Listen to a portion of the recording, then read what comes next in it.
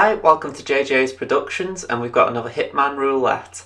It's been a week since I've done one because I've been playing Hitman 2 a lot, and we're actually using Hitman 2 to do this roulette, so we're doing it in Paris, and we're actually doing it on Master difficulty, so that might explain why this one's taken a bit of time to come out. So, starting on the red carpet, we're going to be taking out Viktor Novikov with a Saber as 47 in his suit. We're going to be taking out Dalia Margolis via an accident as a chef, and we're going to be exiting via helicopter. So on paper this isn't too bad. The difficulty you would actually argue is trying to find a way to get the chef disguise, use the chef disguise to create an accident. So it was quite an interesting one just to come up with. The briefcase is a godsend in this level, just for the fact that the Saber is such an easy thing to move around thanks to the briefcase. I might even try this on the old game just to see what the route would have been then, because I think the easiest solution would have been to commit a kill for Dalia first somehow, and then go back and use a Cicada bodyguard disguise to use the Saber. I will have to think that one through though, because the briefcase really does help out here. So as you can see, I've come straight through to the back here and subdued that guy. I've just knocked him out for ease of access to this area. I'm also going to knock this guy out once I realise I've got the emetic pills tucked away. Hide both their bodies, and the idea is we're going to go into the next room and subdue another palace staff member. Once he's subdued, we're actually going to take his disguise. The reason why we haven't taken this one is the fact that there is one enforcer already in there with this disguise, so we don't want to just be sneaking around here. So let's just knock him out. We're going to drag him in this closet and we're going to change disguise. What happens now is she'll see 47's briefcase and she'll go and report it. While she's taking the briefcase to a security guard, the idea is we're going to poison a dish that Novikov's bodyguard will eat from. Now, I'm just going to explain something that I had hoped to do this route in a different way. I had hoped that I could set Novikov into a panic, send him downstairs, and that I could get Viktor's bodyguard to go down there with him, and then I could get the bodyguard whilst he was down there. The difficulty in that route became that for some reason Novikov's bodyguard wasn't reacting to distractions well. So after that I tried to use the little display in the room just ahead, and again they've altered the route here for the Legacy Edition. So it threw me a little bit about how to get rid of the bodyguard, because he is the one who is a bit of a pain in this route. So it was quite difficult trying to come up with a sufficient challenge that would work. But yeah, we're doing alright. What I've actually done is I've turned the alarm on. The reason for that is I want to be able to just slow Novikov down. I don't want him going straight into the room where the poison is for his bodyguard. Plus I've got to make a drink and poison it for him. So that's what we're going to do now. We're going to get the bare knuckle boxer recipe. We've already deleted the surveillance. The reason for that is there are a lot of cameras on the master difficulty, so it just saves having to take each one out individually. We're going to throw a coin, and that's going to get one of the chefs into this little area.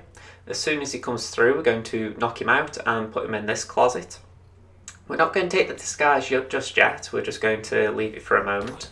But as soon as he's knocked out, put him in the closet, and what we're going to do now is go up and make the drink. I've picked up the coin, and I do actually pick up the briefcase, but you don't need the briefcase. If anything, the briefcase will slow you down, so I'd advise dropping it somewhere on the stairs. So as you can see, I'll just drop it here. But yeah, from here, just go and make the drink. There is an enforcer in the area. Best thing to advise, if you think she's in the way, just crouch at this point, because as you can see, I get into the blend, make the drink, and she's there while I'm making it. So at this point I'm thinking, as soon as the drink's made, she's going to be spotting me because I won't be in a blend. So if that's the case, just make sure you crouch very fast. But as it turns out, she starts moving away as soon as the drink's made, and I can just easily poison it. Once the poison's done, we're going to change into the chef disguise. One simple reason, we don't need this disguise anymore, and we might as well just keep the disguise on that we're going to be needing. So go back downstairs, pick up the briefcase if you want, or you can pick it up on the way back, whichever, and just go and change disguises. Now the chef disguise isn't that great in this map. Even though it arguably has the same functions as the palace staff disguise, for some reason there's a lot more enforcers and a little less access. That was a problem in the first game, you know, it's just carried over, but really just be careful in this because you could get caught by someone who you didn't think you'd get caught by.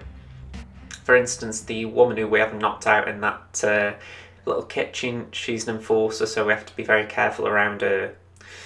At this point we're going to shoot the glass for this display and get the saber out. It will be noticed by a guy who's around the area. What I'm going to do is drop the briefcase, pick up the saber, and then conceal the saber in the briefcase.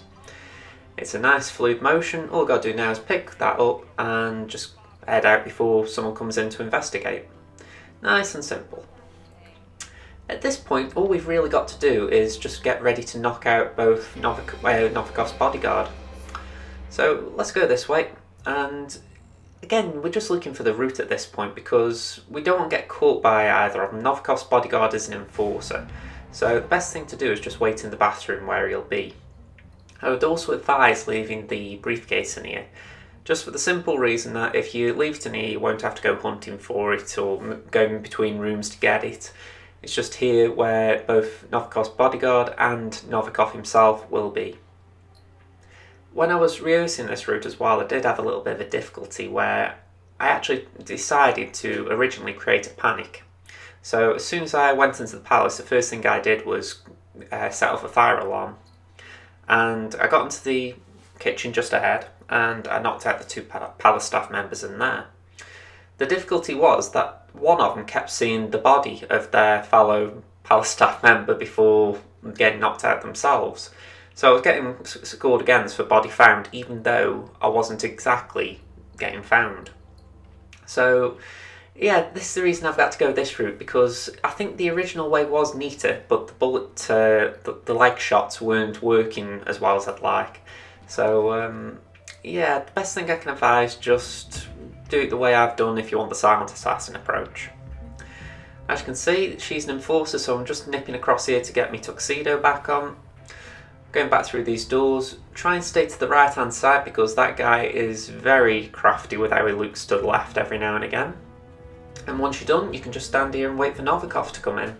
I would advise not getting the saber out just yet, just for the simple reason that even though Novikov will be sort of, he won't really know what's going on when he walks in, I just wouldn't advise having the saber in your hand because I think you might get a little bit suspicious when that happens. But yeah, it's pretty simple from this point. There's an argument it could be too simple, but I'd argue as well that there are ways of doing it without this. For example, I could get Kurt's disguise on at this point, I could go and get the saber, rush all the way back, and then I could change into the tuxedo and use the saber. So there are routes without using the briefcase, it's just I'd rather do the simple one, especially if you've got the option for it. So I've actually changed into Kurt's disguise and I'm just going to get the chef disguise back on. Simple reason, no enforcers in this, so it's just easier to move around in. I'm going to just change disguise, I'm going to wait for her to turn around. As soon as she does, we're going to crouch over here, go back into the bathroom because I did leave something very important in there, as you can tell. I'd left the bodyguard's phone. So we're going to walk inside, I'm going to have to just sift through all this rubbish just to see where it is. Pick the phone up and we're going to head upstairs now. And as you may guess, Dalia's kill is going to be the chandelier. So yeah, it's pretty simple to do it from here. So it's dealer's choice really about how you get upstairs, but the way I've always found best is using the pipe. If you wanted, you could use the staircase, just go around the top floor where the security guards are, but personally I just think the pipe over here is the easiest because all you've got to do is get past a tech guy or an event crew guy, I can't remember what his class, his disguise class is called. But yeah, I find this route a little bit easier. If anything, you've only got a little bit of shimmying as well. So just, as you say, climb the pipe, shimmy across. You'll have the crew guy here. He will be sitting down, so the best thing you can do is just throw a coin. Now I was here a little early actually, and he was just about to sit down, so if you can throw the coin fast enough, he will go and see the coin straight away. I had a little bit of difficulty at this point, in that I tried to be clever. I made the phone call to get Dalia to start moving, and for some reason the button prompts don't work when you're on a phone, which I find so bizarre because you should be able to go through a door whilst on the phone. But yeah, so I had to use a second coin just to get past him again. So that was my own doing. I shouldn't have made the phone call whilst trying to get through a door. But I do think it's silly mechanics from the game that you can't get through a door whilst there's a phone call going on. So I'll pick up this bust, and it's for a simple reason. I want to get in the room straight ahead, and there's a guard in the way. It is possible that I could have got past him without doing this, but I thought I want to get in there in good time. So I threw the bust, and it just sped him up, moving this way. So I'm just going to wait for him to signal that he's going to investigate the noise. As soon as he moves, I'm going to just walk straight past him. Once we've done that, we're in the room. And at this point, I'm just going to pick these 2 coins up just to replace the 2 I've lost, and I'm just going to climb over here. It's very simple, this. I mean, I know that you might say roulette should be a little bit more tricky, but on paper, I like the idea of killing killing Viktor Novikov as 47 in his suit with a big weapon. You know, I think to myself, if it had been an assault rifle, I would have done it. But I just like the idea of using the Saber in the sense that you've still got to go hunting for it, you've still got to find a way to get it within the route. So I'm quite content with that one. And as far as the accident, the only alteration I would have liked is if I could have blew Dalia up.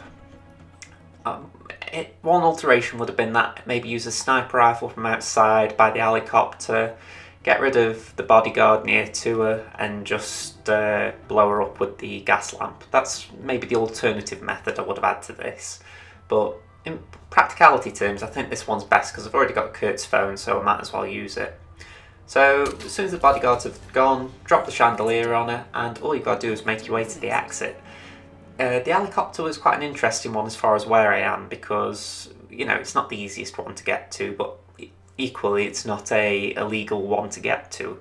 It's not as if I've got to creep around that little area. So yeah, it was quite an interesting one in one way, but I think it would have been more fun if I had to go to the speedboat considering I've got the key from Kurt. So small things, but you know, I would have liked that. So all we're doing is shimmying down the pipe again, going the way we came.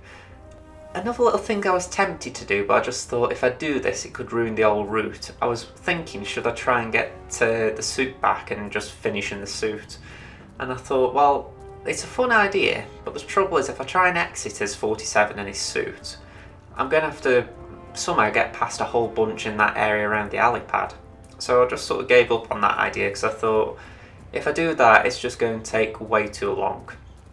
Whereas even though 47, in the chef disguise, isn't able to go on the alley pad area, he can walk around the perimeter. So it just means you do have a little bit more access.